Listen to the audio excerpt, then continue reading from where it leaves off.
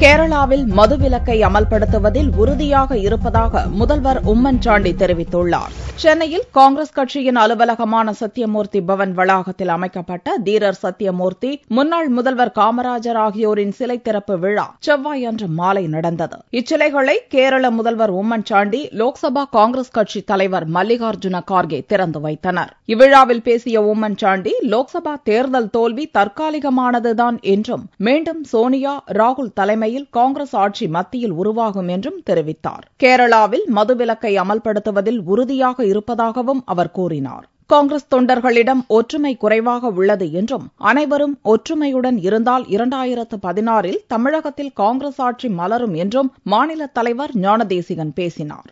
கடந்த அரை நூற்றாண்டுகளுக்கு முன்பாக தமிழ்நாட்டில் காங்கிரஸ் கட்சி எந்த அளவுக்கு பெருமை பெற்று கோலோச்சி கொண்டிருந்ததோ அதை மீண்டும் கொண்டு வந்துட வேண்டும் என்பதுதான். ஒற்றுமை, உறுதிப்பாடு, செயலாற்றும் திறன் ஆகியவற்றினால் இதை சாதிக்க முடியும் என்று நான் உறுதியாக நம்புகிறேன். இவ்விழாவில் ஜி.கே. வாசன், நாராயணசாமி, தங்கபாலு, EVKS இளங்கோவன், திருநாவுக்கரசர் உள்ளிட்டோர் பங்கேற்றனர். ஆனால் ப. சிதம்பரம் மற்றும் அவரது ஆதரவாளர்கள் விழாவை புறக்கணித்தனர் என்பது குறிப்பிடத்தக்கது.